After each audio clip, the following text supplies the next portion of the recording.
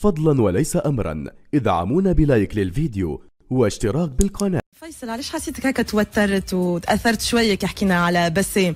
فما هكا علاقتك انت وياه كيفاش؟ كيما قبل ولا تبدلت شوي؟ تبدلت هي. معناها تبدلت من نوع انه ما عادش نشرب قهوه مع بعضنا، ما عادش نقعدوا مع بعضنا، ما عادش نتقابلوا برشا. فيك دمعت شويه وفما غصه، شنو هو اللي صار؟ مش العرس هو سبب نتصور، فما حاجه اخرى؟ والله ما فهمت شيء. صحبتكم يا اخي، العرس باش يخلي زوز اصحاب يبعدوا على بعضهم؟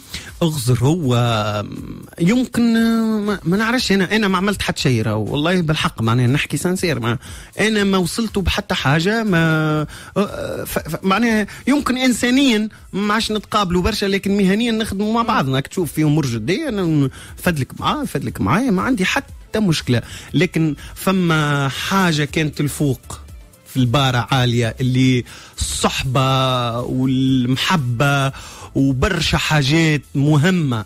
اليوم الصاحب ما عادش، اليوم ما عادش فما الخو، ما عادش تلقاه اليوم. انه اليوم ولينا نعيشوا في مرحلة مخطرة برشا في الدنيا، مخطرة برشا. معناها بالحق انه اليوم ولينا نعيشوا تطيح ما تلقاش شكون يهز معك الحمل، تبات بالعشاء يخليوك بالعشاء. وين الصحاب؟ وين الأخوة؟ وين الناس اللي تحب بعضها؟ وين الناس اللي وقت معناها وقت اللي الرسمي ما تلقاهش؟ هذا المهم. معناها اليوم احنا قاعدين نفلتوا في برشا حاجات. دونك انت تحكي لي على الصحبة وبرشا حاجات، ما عادش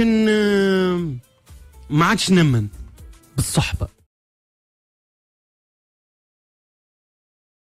علاش الممثل معناه يبدا مثلا انت تخدم في قناه الحوار، ما راوكش مثلا تخدم في قناه التاسعه، في الوطنيه، في من حق انا موجود. لا موجود في القنوات يعني العربيه. يعني انت ما عندكش دور في قناه الحوار التونسي، تقعد ما تخدمش في رمضان لانه كونترا ديكسكلوزيفيتي، معناها ما تنجمش.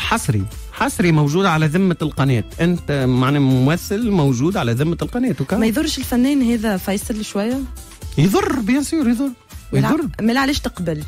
ما تنجمش تنيغوسي تحكي انك انت ممثل، يعني تنجم تكون حاضر في قناه اخرى. يعني وعود موجوده، وعود معناها يقول لك انت معايا، راك معايا في كذا وكذا وكذا، اللي هي ايميسيون، وبعد عندك سيت كوم معناها. وعدوك يعني انك تكون موجود في قسمة خيان في رمضان. ان شاء الله ربي يسهل.